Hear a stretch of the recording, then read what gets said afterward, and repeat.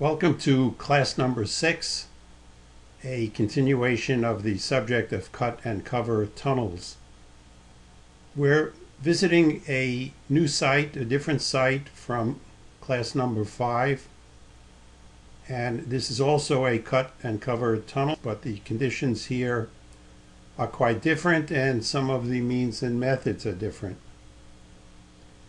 In this area, which is decked over, and you can see the horizontal deck beams, but this is covered over with timber mats instead of concrete panels. At the start of my career, this was the common practice to use timber mats lashed together to form panels, and they would span over the deck beams. These mats are actually spanning over 2 deck beams, so they're covering about 16 feet at a time. This is what was normally done, but the traffic would begin to wear the mats and also polish them, so on a rainy day they would be very slippery. Now, the fact that the mats would become worn and uneven is something that we as contractors welcome, because that would slow down the traffic and keep them from zooming through the work site. But in the rain, they really were slippery and perilous, and while slowing down the traffic might have been a reasonable goal, it certainly was not a good idea for the traveling public. So when concrete panels came along, they were quickly adopted as the most suitable method, and they give the public the best ride. They're also heavy and stable. They don't wobble around and jump around. They make much less noise.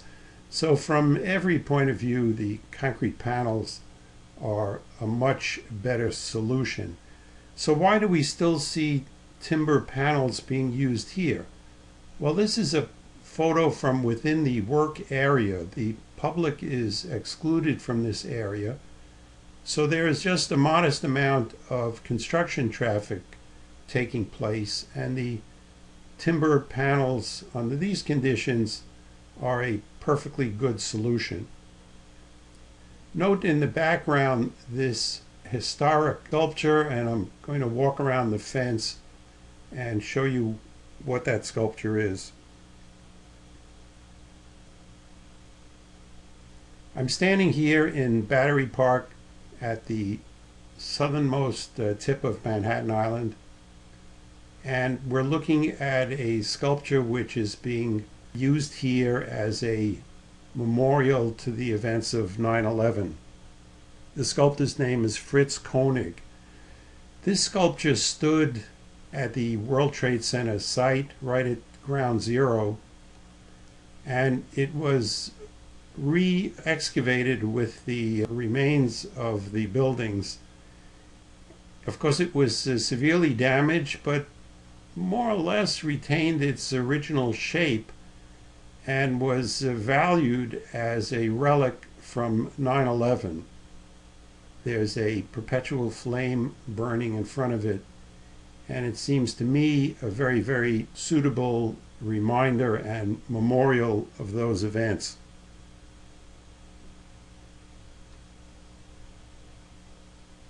This project constructed a new subway terminal at the tip of Manhattan. It replaced an outdated existing station, and it caught the interest of the Discovery Channel. They did a 1-hour program which was exciting and fun to watch, but not really an educational program. It has this very rapid editing, which reminds me of a rock music video, but it was fun to watch, and I've extracted a short segment of it for you to look at. But because of this rapid pace and these short clips, I wanted to first orient you to the activities. This is a plan of the existing site, and in red you see the number 1 line. That's the 7th Avenue local.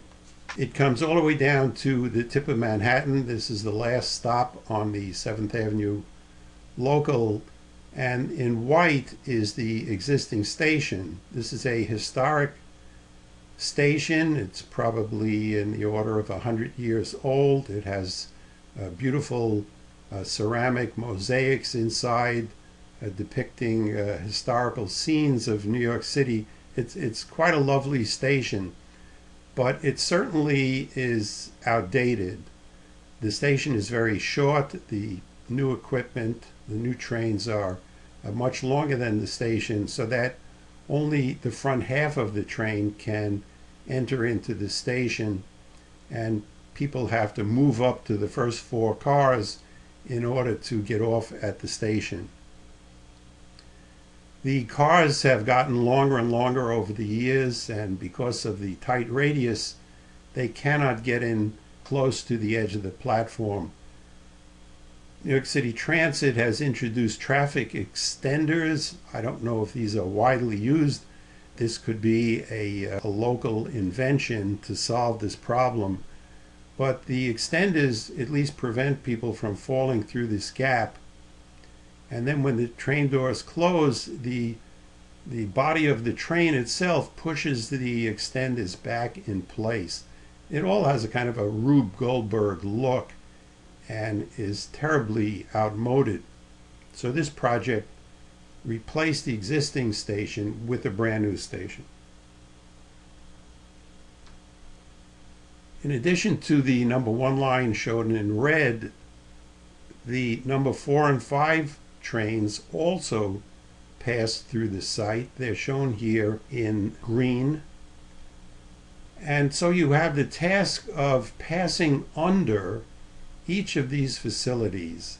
You have to pass under the red line, and the shape of the excavation is shown here on this illustration. So it passes under the red line, under the green line, and under the existing station. And this shape here suggests the location of the new station below these 3 existing lines. Naturally, there was a major underpinning effort required to safely pass under these lines without interrupting service. The excavation is a mixed face tunnel, meaning that it's partially in earth and partially in rock. And this clip from the video shows the rock at the moment that it's being blasted. You cover the rock with protective mats to ensure that no rock escapes. And that was done in this project, but from time to time the mats were really thrown about, which is extremely dangerous. You need a sufficient number of mats to make sure that the mats barely move at the time the explosion is set off. At the end of the video, they show a concrete slab being poured, but they actually show other clips of other slabs being poured. It's a little hard to follow. They jump around, but I've pulled out this clip in particular because this is the first concrete that you pour when you complete your excavation. It is not the structural box. It is an underlining concrete pour, which is called a mud slab. The purpose of the mud slab is to even out the rock excavation and to create a nice level, flat work surface on which you will build the structural box. So this is called a mud slab. I think with this orientation you'll get a little more out of the video, so why don't you now open the video.